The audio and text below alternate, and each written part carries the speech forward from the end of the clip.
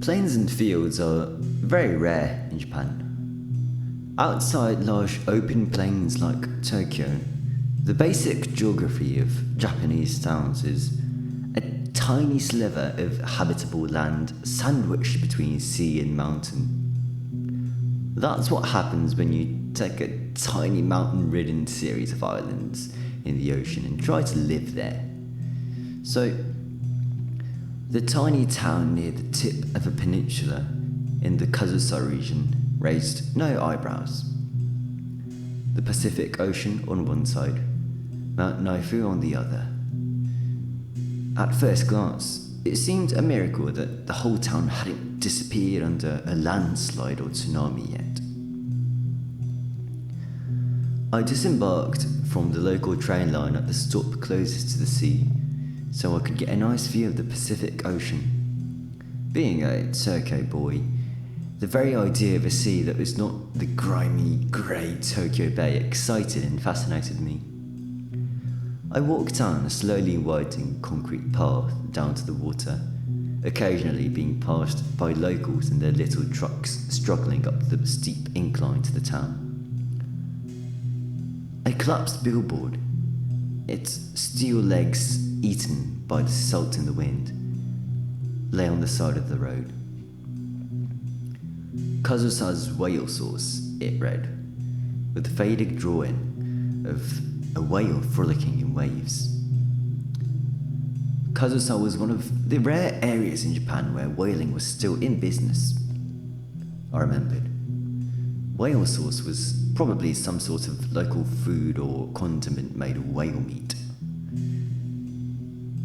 I heard the rattling of an engine and leapt just in time before a truck ran into me. The billboard rattled and clanged on the road as the little tyres of the car threatened to crush my toes. And then it passed me and turned a corner in a cloud of oily exhaust smoke. "Fuck," I whispered, and decided to keep walking.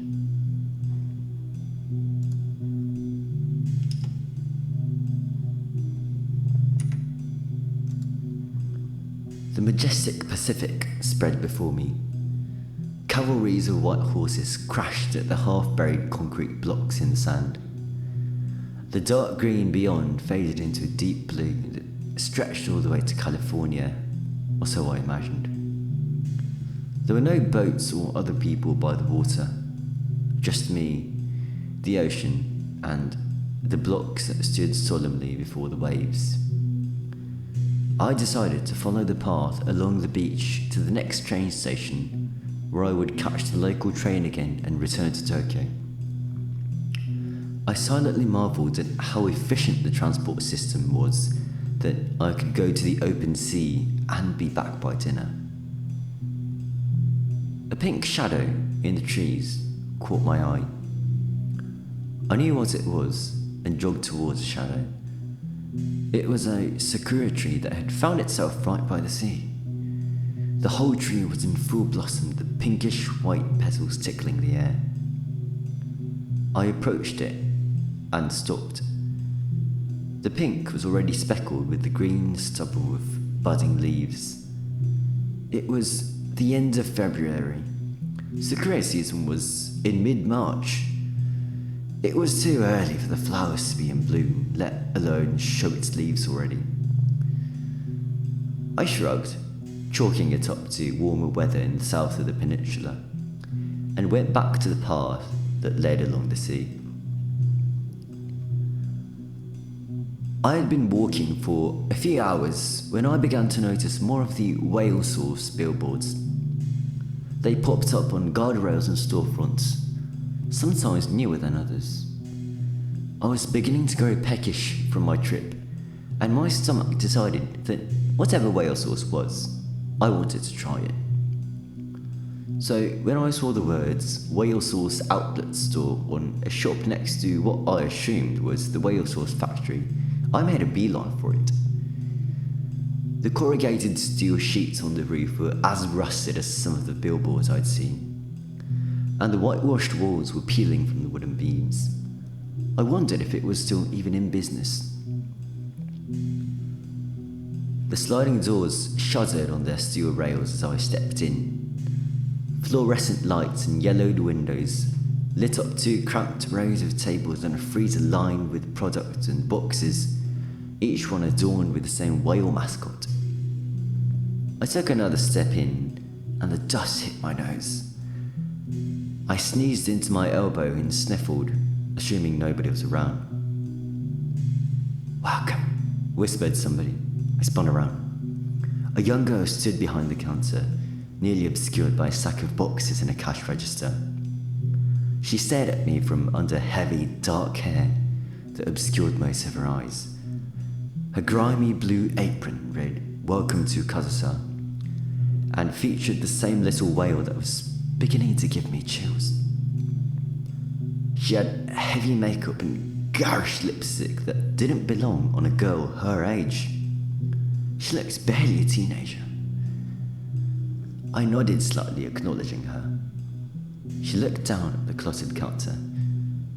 I picked up a pack of Whalesauce, which, despite its name, turned out to be whale jerky, and scooted over to the counter, eager to get out of this dingy store. "Just this, please," I muttered. Her eyes shot up. "Where are you from?" she hissed. "Tokyo. I'm from..." "Get out of here! Get out!" I stepped back. She was glaring at me with unnaturally large pupils, hands clutching the countertop and trembling.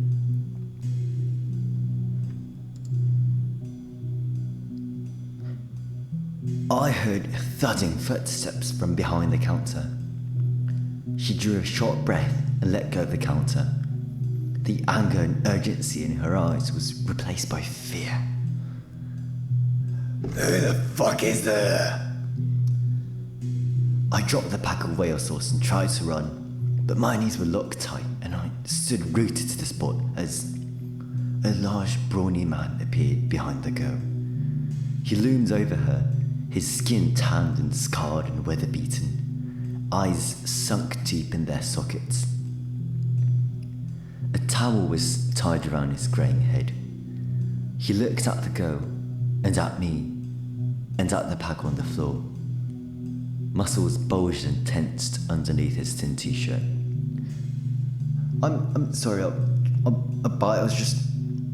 He grunted and began to walk around the counter. I backed up, hands raised. He caught up to me in 3 huge strides and held me by the collar. "What's a fucking outsider like you doing to my daughter?" His breath reeked of beer and rancid rot. I looked down at the girl. She was silently staring at her feet, unmoving. I'm sorry. "Answer my question." "I was just trying to buy some whale sauce," I whimpered. He dropped me onto the hard concrete floor and a jolt ran up my lower back. A middle-aged lady ran into the store. She had heavy, messy hair that resembled the girl's and wore a bloodied apron. Whale blood, I told myself. She rushed the girl's side and clutched her shoulders. "Toshiko, are you okay?" she screeched. That was the only word I could find to describe her voice. A screech. She glared at me and shook what I assumed was her daughter. The man kicked my legs to remind me of his presence. "That girl's a marriage arranged. Mind your own fucking business." He spat on me and watched as I stumbled to my feet. As I walked out, I glanced over to the girl, who was still being held tight by her mother. I thought I saw tears underneath her heavy bangs. "Sorry," I whispered. "Wrong choice." "Son of a bitch!" A fist made contact with the back of my head and I flew backwards, almost blacking out with a force. I collided into a shelf of Whalesauce tins. A couple fell on my head, and onto the concrete floor with echoing clatters. I looked back, and the man seemed to have doubled in size, a mountain overshadowing me. He lifted one giant foot, ready to stomp on my frail ribs. I tried to scurry to my feet. I stepped on a can and was sent sprawling again. His foot landed on a tin next to me. It exploded with an ugly squelch. I crawled away from the cans and rushed out of the door. I looked back at the store, trying to see if the father was following me. Something caught my foot. It was some kind of root. I was sent flying onto a bush. A pair of huge hands lifted me off the bush and gripped me by the arms. I flailed in the man's grasp, but his fists only closed tighter. I could feel my bones creaking as he carried me away from the Whalesauce factory and towards the sea that had suddenly become a dark, thrashing mass of waves. The father tied me to a piece of lumber, my hands behind my back and strapped to the log. I screamed and yelled for help as he hauled me and the lumber closer and closer to the ocean. The gusts of wind getting stronger with every step, and feeling the cold sprays of seawater on my face. He swung me over the ledge of a small rocky cliff, and I screamed even harder, thinking he would throw me into the sea. But he didn't. Instead, he stabbed my log into the dirt by the edge, facing the sea, like a crucifix. "Please don't kiss me, please," I tried to shout, but I only managed to burst into tears. I watched the man as he stepped away from me until he was a few meters away from the cliff. There, he stood dead still, staring at me. I tried to loosen the ropes around my body and wriggled about, but he remained silent. And then his eyes bled. Dark, red droplets pooled in his eyelids and trickled down his coarse, stubbled chin. And his fingers began to bleed. His fingernails turned a purplish red, and the same droplets of blood formed in them and dropped by his feet. As soon as the first drop of blood hit the dirt, the ground began to rumble. A deep, growling rumble that reverberated within me and shook me. Rocks in the cliff loosened and fell into the churning waves below, their rattling echoes lost in the storm. The collapse almost happened in slow motion. First, the ground beneath me cracked, and then the entire cliff shattered into a huge mass of rocks, no longer supported in the air. With a thudding, deafening roar, I fell with the rocks and dirt. I couldn't use my hands to protect my face. Gravel and dust poured into my mouth. Stones scratched my forehead, threatening to blind me, and the larger rocks tried to crush me whole. When I stopped dropping and turning and rolling, the cliff had disintegrated into a rocky slope that led down into the sea. I was mere meters from the water, and with every wave, the salt stung my eyes and sickened my stomach.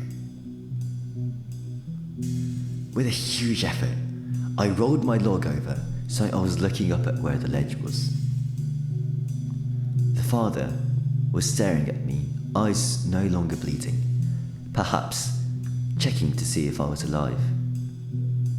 And then another head popped up beside him. It was the mother. She cocked her head to the side and sat down on the still dusty remnant of the cliff top.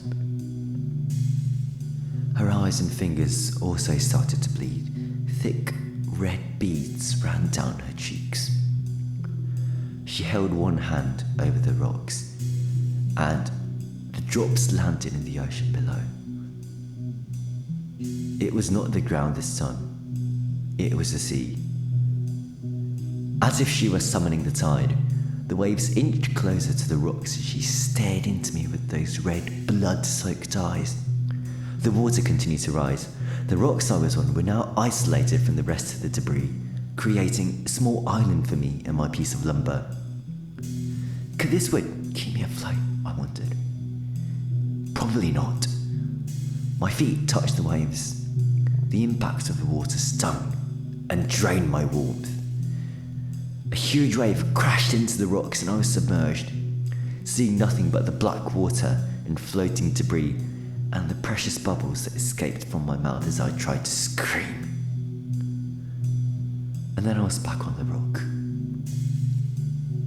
I coughed out briny seawater and vomited into the ocean. The water had stopped rising. I looked up with a struggle. The two had left the cliff top and were nowhere to be found.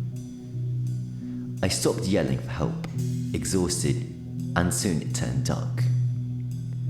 My feet were still underwater, and the coldness strained me. I slowly blacked out.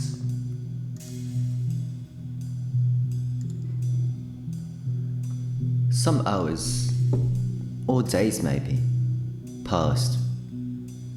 It was dark. The water had calmed while I was knocked out. I felt a presence near my island. I turned my log over to face the sea and froze. There was a huge, inky fin jutting out of the water next to me. A shark. It had to be. I tried to scream for help, but all I managed was a hoarse croak. But the shark didn't attack. It barely even moved. And then it slowly sank into the water, leaving only a few bubbles behind. I sighed and closed my eyes, trying to go back to sleep, trying to get my heart to calm down, telling it that there was a good chance I would make it out alive since I hadn't been killed yet. The words failed. I opened my eyes. I was met with one giant eyeball, almost as big as a hand. It almost looked like an open geode, like coloured rings of quartz, celestine and amethyst, rimmed with black and grey. I stared into that single eye, bewitched, wanting to see more colours, and to dive into the concentric circles. And then it blinked, slowly, deliberately, pressing together its lip-like eyelids.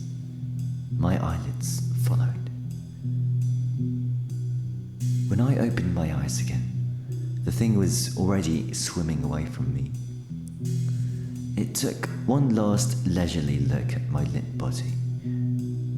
I noticed its jaws, not pointed like a shark's, but smooth and sleek, and meeting right near its eyes. The creature's skin was scratched and scarred, but it had a rubbery sheen to it, and on its side was a white pattern that marked its skin in a swooping motion. It was a whale. An enormous whale that had decided to take a close look at me. The whale sighed, or so it seemed to me, and disappeared beneath the quiet waves. I woke up to the crazy father and mother from the night before. I shrieked and recoiled, rolling over the log that I was still strapped to. The father clicked his tongue in irritation. "Shut the fuck up," he ordered, and toyed with a knife that looked gigantic even in his burly hands. I screamed even more. These people were here to kill me at last. He took his knife and slashed at the log. The rope binding me began to slack. Why? Where are you going to take me? I said, "Shut the fuck up." "But letting me go," added the mother, who had tried to kill me with a stormy ocean. But Something about their irritated tone seemed genuine. I stopped resisting. If they were going to kill me, there was nothing I could do about it. They unbound my ropes, as she had said, and I got to my feeble feet. They were numb and frozen from being stuck in the water for half the night, but I had a chance of being freed now. Why? I risked asking. They both shot ugly glares at me before giving me the answer.